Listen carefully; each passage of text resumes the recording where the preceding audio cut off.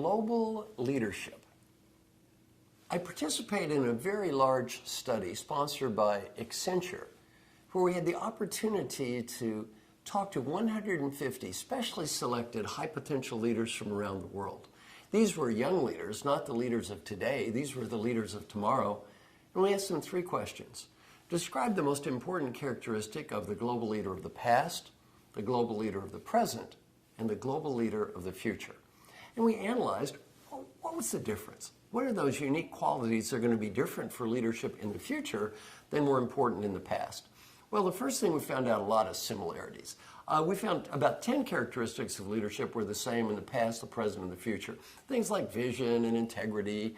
Well, these were always important. Were important 1,000 years ago, will be important 1,000 years from today. We found 5 qualities, though, that were seen as much more important for the global leader of the future than the global leader of the past. The first one is called global thinking. In the past, leaders tended to be domestic. You tended to manage people within your own country, or even more often within your own region. You didn't really have to worry much about people from around the world. Today, more and more and more, leadership is becoming global. Even if you work in a domestic organization, you probably have global suppliers or global customers. So more and more leadership is becoming global, and global thinking is becoming a more important quality of the leader of the future. Number 2 is related to number 1, cross-cultural appreciation. In the past, the concept of diversity, for example, in the United States, was devoted to what does diversity mean here? How do you deal with women in the United States, minorities in the United States? Diversity was again seen as a domestic issue. More and more cross-cultural appreciation is going to mean the leader of the future doesn't need to look at what diversity means just domestically. What does diversity mean globally in terms of different religions, cultures, many different types of differences? The third variable was called technological savvy. Now, this does not mean the leader of the future has to be a technologist.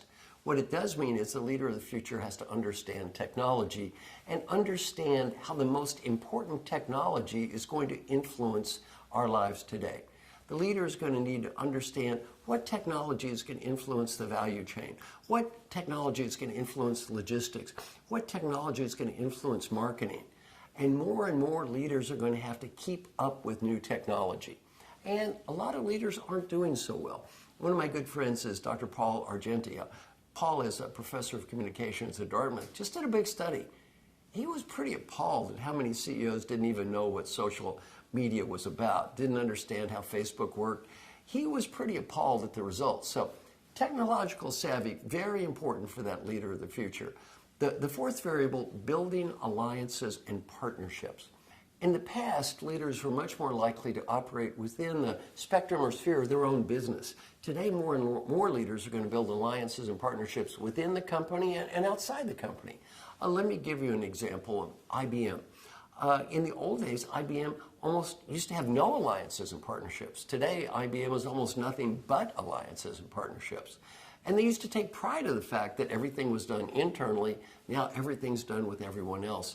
And building alliances and partnerships means a lot of different things. It means within the company, more and more your direct reports are going to be like your partners, not just you're going to be the boss.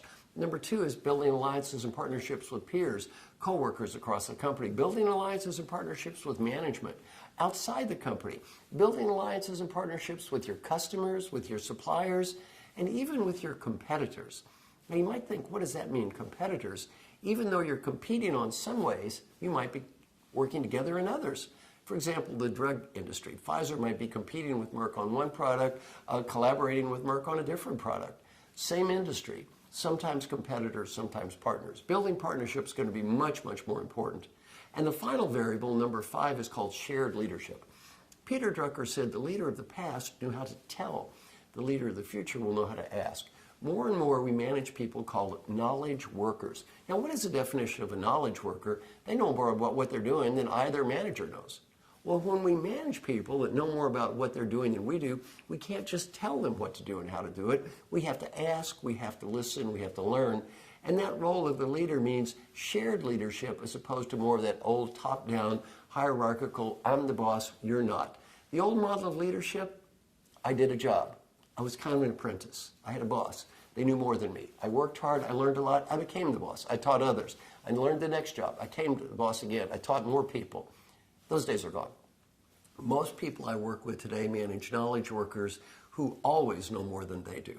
So if we had to summarize, what are 5 qualities that are going to be very important for the leader of the future, much more important than the leader of the past? Number 1, global thinking. Number 2, cross-cultural appreciation. Number 3, technological savvy.